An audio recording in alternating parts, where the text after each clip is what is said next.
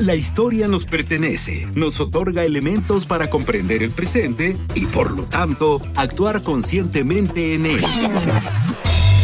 Interruptus 660. Escucha y comparte con nosotros la idea de que el pasado constituye lo que somos y lo que seremos en el futuro. Interruptus 660. Hacer época no es intervenir pasivamente en la cronología, es interrumpir el momento. Interruptus 660. Pasado es presente.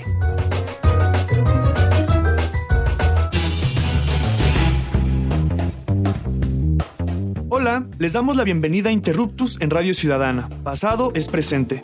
Un programa de divulgación y reflexión sobre la historia. El día de hoy estoy muy contento porque vamos a platicar sobre la figura de Luis Donaldo Colosio y su impacto en la política mexicana a finales del siglo XX y principios del siglo XXI. Pero antes que nada, quiero presentar a quienes me acompañan como parte del equipo de Interruptus. Carla, ¿cómo estás? Hola Emiliano, hola Misael, muy contenta, sobre todo interesada en platicar de este personaje tan relevante de la política más reciente en nuestro país. Y Misael Chaboya, ¿qué onda?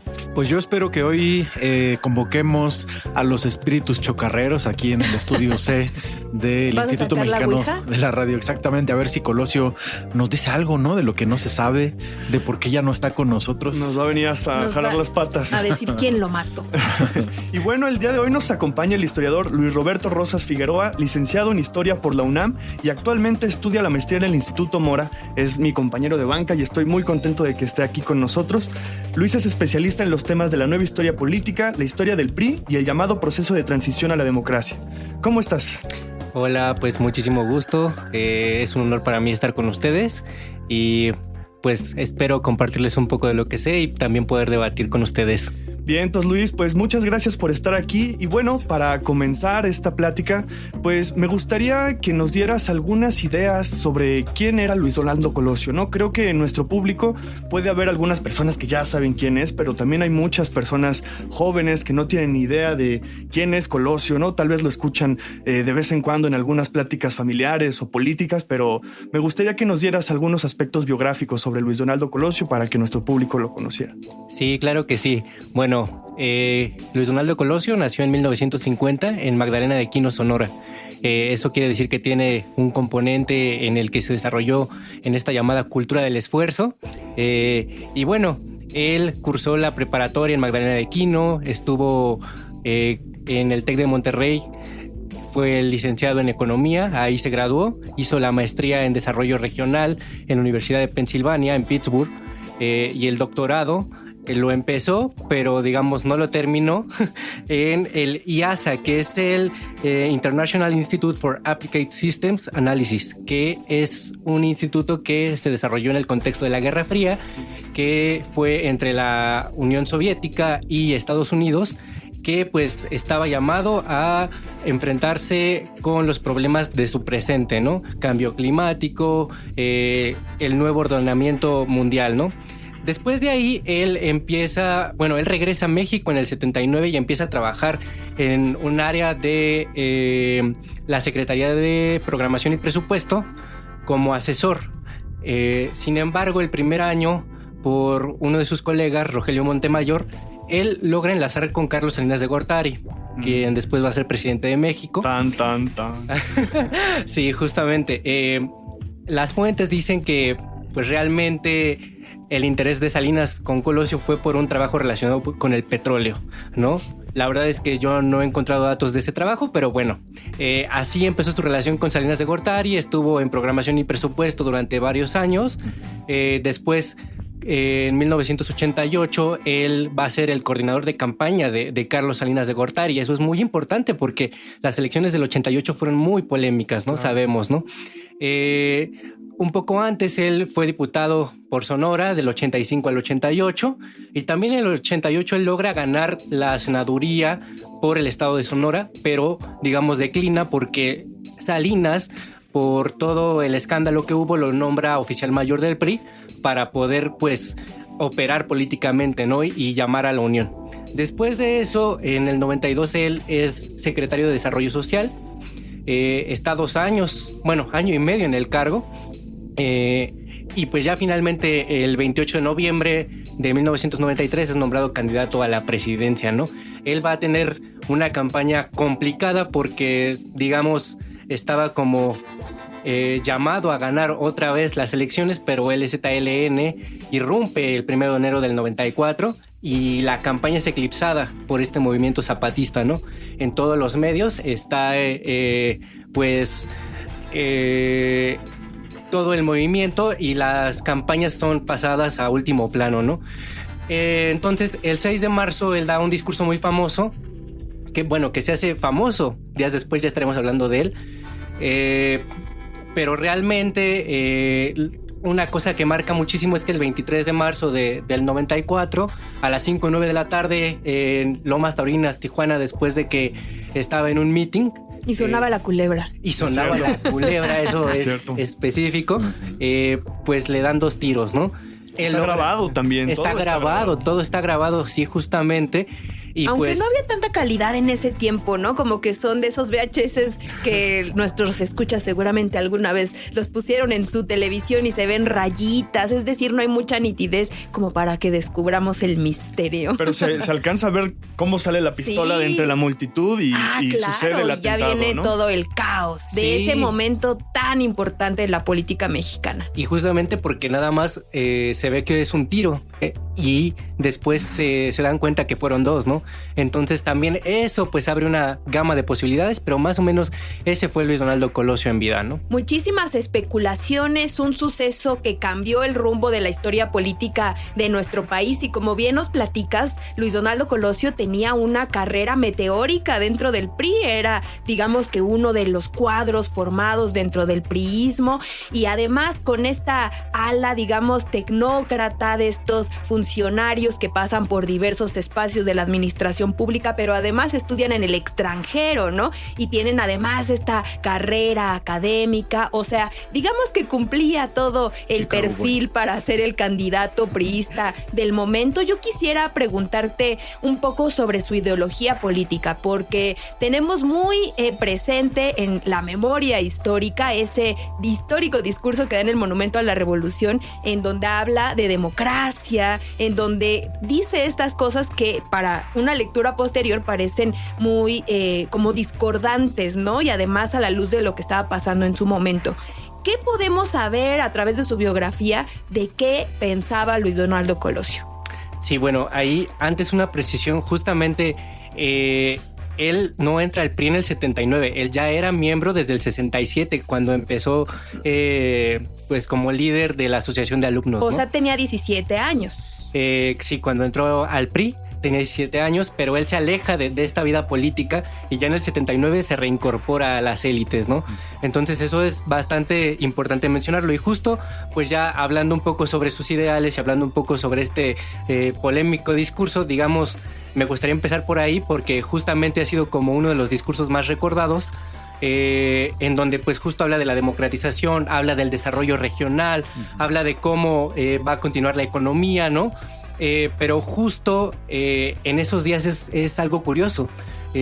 A los días después, Cárdenas, que era su contendiente, y Diego Fernández de Ceballos dicen, es un discurso de más de lo mismo, ¿no? Y entonces ese discurso, pues dices, ¿cuándo se vuelve tan importante, no? Pero bueno, más Oye, dicen adelante, que ¿no? Se lo escribió Enrique Krause, ¿tú qué crees?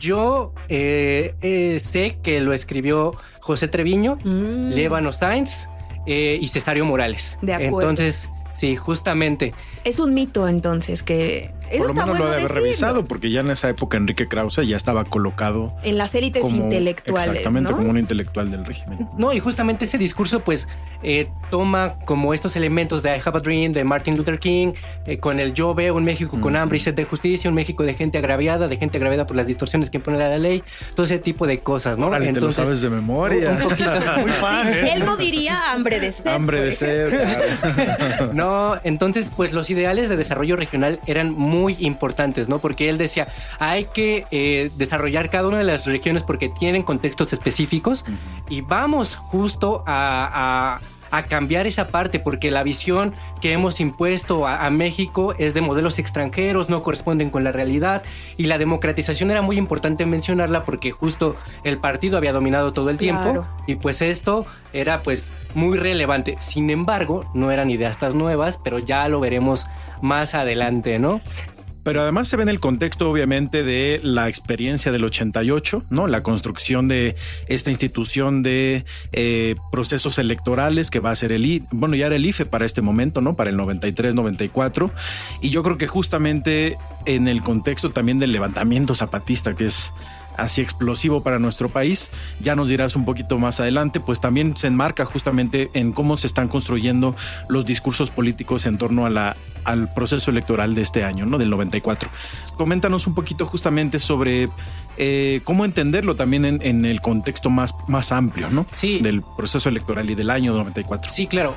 Hay algo que es bastante curioso y hay que precisar. El discurso no estaba pensado para las grandes masas, que lo escucharan las grandes masas. Los que estaban el 6 de marzo ahí era todo el PRI, claro, porque justo estaban conmemorando el aniversario del PRI. Entonces él le estaba hablando a los priistas. El discurso era dirigido hacia ellos. Y bueno, y aparte discordaba un poco con lo que estaba sucediendo en las prácticas políticas del PRI, ¿no? O sea, creo que tal vez por ahí puede ser que se filtraran algunos desánimos. Pero bueno, eso vamos a hablarlo más adelante. Vamos a una pausa, Misa. Sí, vamos a una pausa, volvemos en el segundo segmento para justamente conversar sobre esta figura icónica de la política mexicana. Estamos conversando con Luis Roberto Rosas Figueroa. No se vayan, escríbanos a nuestras redes sociales de Interruptus, también a las redes sociales de Imer, para que podamos conversar con ustedes a través de las redes sociales. Regresamos en unos segundos. La historia es nuestra, porque la hacemos todos los días. En un momento continuamos. Interruptus 660. Pasado es presente.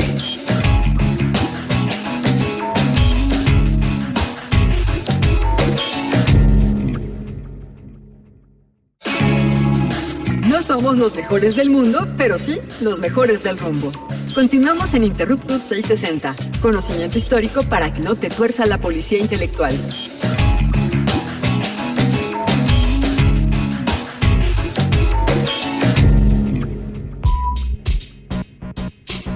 Bueno, amigas y amigos de Interruptus, pasado es presente. Estamos de vuelta en esta emisión, en el segundo segmento. Estamos conversando con el historiador Luis Roberto Rosas Figueroa sobre la figura de Luis Donaldo Colosio Munrieta, uno de los íconos de la política del PRI de los años 90 en nuestro país. Y bueno, conversábamos un poco justamente sobre el contexto en el que él da los últimos discursos durante su campaña presidencial, en el que también es asesinado justamente allá en el norte de nuestro país.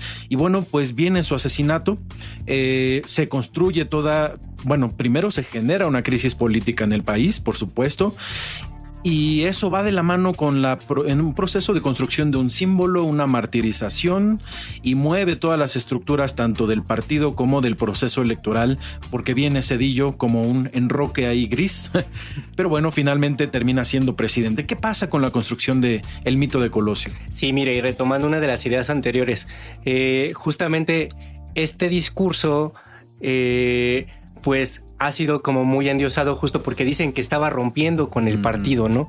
Y lo cierto es que una de las reglas que se construyó en el PRI a lo largo del siglo XX decía que los candidatos que iba a nombrar el partido tenían que pues tener cierta diferencia con su predecesor.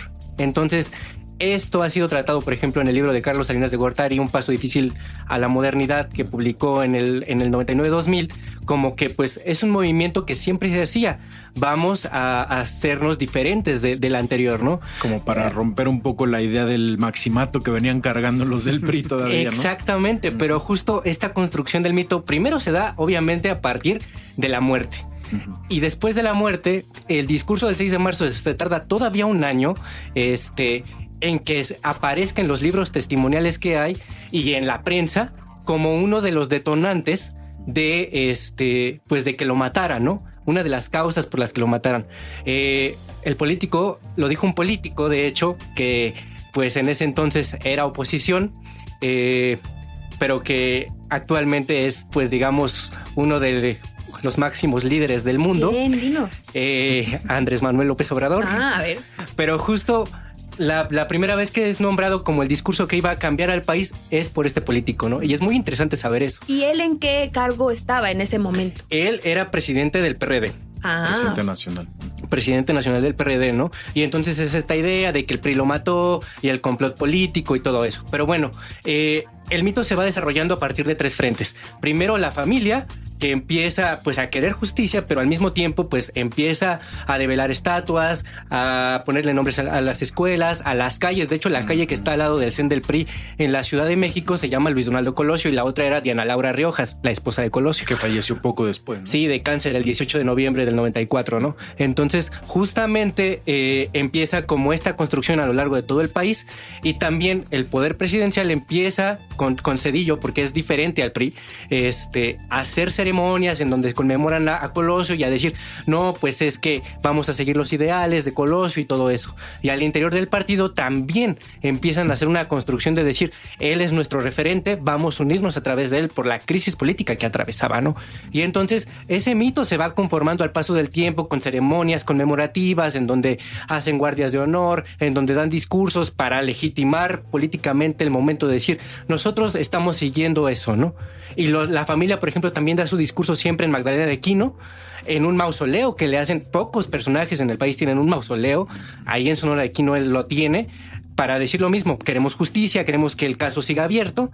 Y posteriormente, en el 2000, el mito, al ya no estar como presidente alguien del PRI, pasa a ser manos del PAN y Fox lo retoma, ¿no? Vicente Fox empieza a retomar este mito para decir, no, vamos a esclarecer el caso, nosotros sí vamos a encontrar a los culpables intelectuales, porque el material estaba, que es Mario Aburto Martínez, ¿no? Uno de los 4 Mario Aburto, ¿no? Exacto. Pero justamente, por ejemplo, en 2004 inaugura el Paseo de la Democracia Fox ahí en Los Pinos y pone bustos de 3 personajes simbólicos de los 3 partidos más importantes. Eberto Castillo, el otro se me fue, y por el PRI, Luis Donaldo Colosio, ¿no? El demócrata, ¿no? Se empieza a ver como la figura del demócrata, el que quería cambiar las cosas, pero no lo dejaron. Exacto. ¿No? Eso es fundamental. Sí, pues una especie de soñador, como dices, de Martin Luther King de la democracia, por así decirlo. Pero está muy, muy interesante cómo nos haces ese recorrido sobre la construcción del mito. Pero yo quisiera regresar sobre este personaje que ya se mencionó ahorita, que es Mario Aburto, y también todo el proceso para acceder a la justicia o señalar a algún responsable, más bien, sobre el atentado que tuvo Luis Donaldo Colosio, ¿no? Entonces, yo creo que es algo que está ahorita muy, muy candente, sobre todo por las series que han salido en distintas plataformas, pero también porque hace poco se le concedió un amparo a este Aburto para que saliera libre en el 2025, si mal no recuerdo. Entonces, es algo que todavía está en el presente, y me gustaría preguntarte, pues, ¿qué tipo de reflexiones podrías darnos en torno a la figura de Aburto, o los 4 Aburtos, como decía Misael, y pues el proceso legal y mediático que se hizo alrededor de este personaje? Sí, justo una precisión es que actualmente dicen que salga después del 23 de marzo de este año, ¿no? Pero justo el amparo no se le concedió, entonces ahorita hay como una cosa legal ahí, ¿no? Hay que ver si le conceden salir o no. Pero bueno, en ese entonces, pues Mario Aburto Martínez era un obrero que venía de Michoacán, estaba trabajando en una maquila allí en Tijuana, y pues digamos, en los informes que hay de los 4 fiscales especiales, que fue el caso del 94 al 2000, pues realmente se dice que él fue el único asesino intelectual y material, ¿no?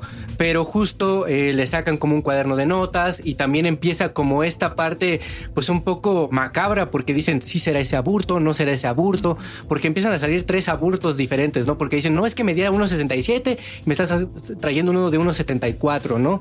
Entonces, yo lo que te puedo decir es que el caso desde siempre estuvo enlodado por las condiciones en las que se dieron, en un mitin político, en un lugar en el que ciertamente Colosio no tenía tanta protección, porque una de las cosas que sí mencionan muchos de sus allegados es que a él tenía toda la protección del mundo cuando eran eventos oficiales del partido, en los que se iba a dirigir como a cierto público, ¿no? Pero cuando él iba a las colonias populares, a él le gustaba estar cercano al pueblo, justo para dar esa imagen, ¿no?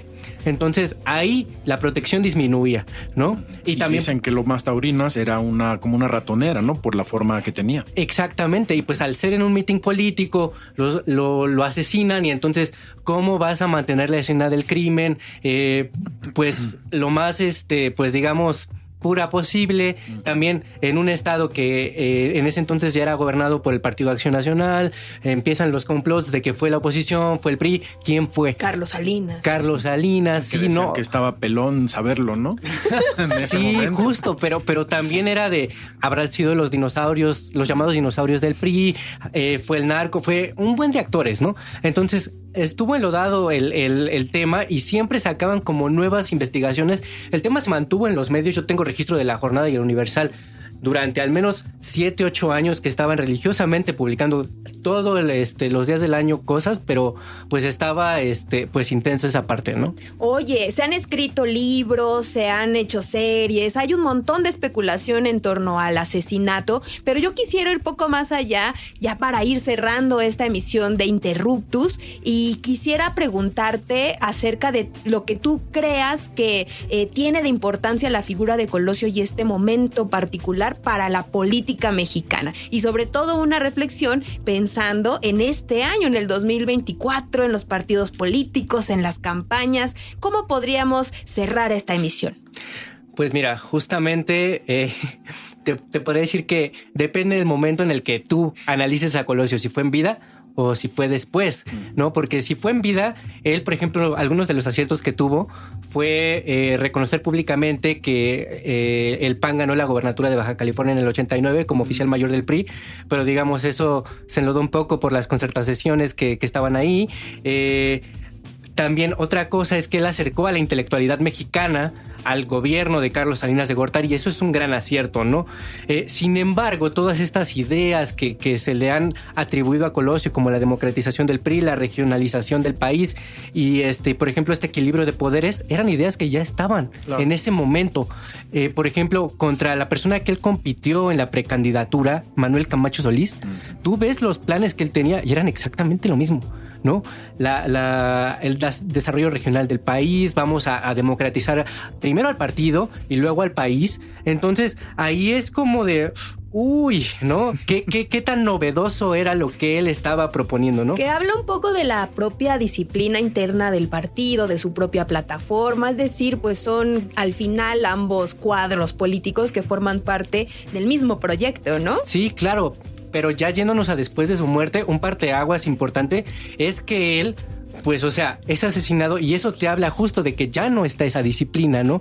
Y de que por primera vez desde 1928 asesinan a un candidato presidencial. Álvaro Obregón, el de 28. Álvaro Obregón, ¿no? Algunos dicen que la historia del PRI empieza, bueno, la historia contemporánea de México empieza con Álvaro Obregón, con el asesinato, y que termina con Colosio, ¿no? Entonces, pues justamente algo fundamental es que los ideales de lucha, de querer un país democrático se mantienen, y eso es capitalizado por otros partidos políticos después para decir, sí, ahí está la democratización que él quiso, pero no se pudo dar, ¿no? Entonces eso es fundamental. Como una especie de Madero. Exacto. Bueno, amigos, pues estuvo muy, muy buena la plática que tuvimos hoy con el licenciado Luis Roberto Rosas, amigo del Instituto Mora. Y bueno, pues me despido de Misael y de Carla, que estuvieron aquí en este programa. Y también me despido de la cabina del buen Edgar Zárate, que estuvo en los controles técnicos, y del buen Hernán Nájera en la producción del programa. Los invitamos a que participen en las redes sociales de Interruptus y en las redes sociales del IMER. Hasta luego. Interruptus 660. Los esperamos la próxima semana para seguir indagando en la diversidad cultural y social de México desde la mirada histórica. Interruptus 660. Porque comprender nuestro pasado es primordial para entender nuestro presente. Interruptus 660. Pasado es presente.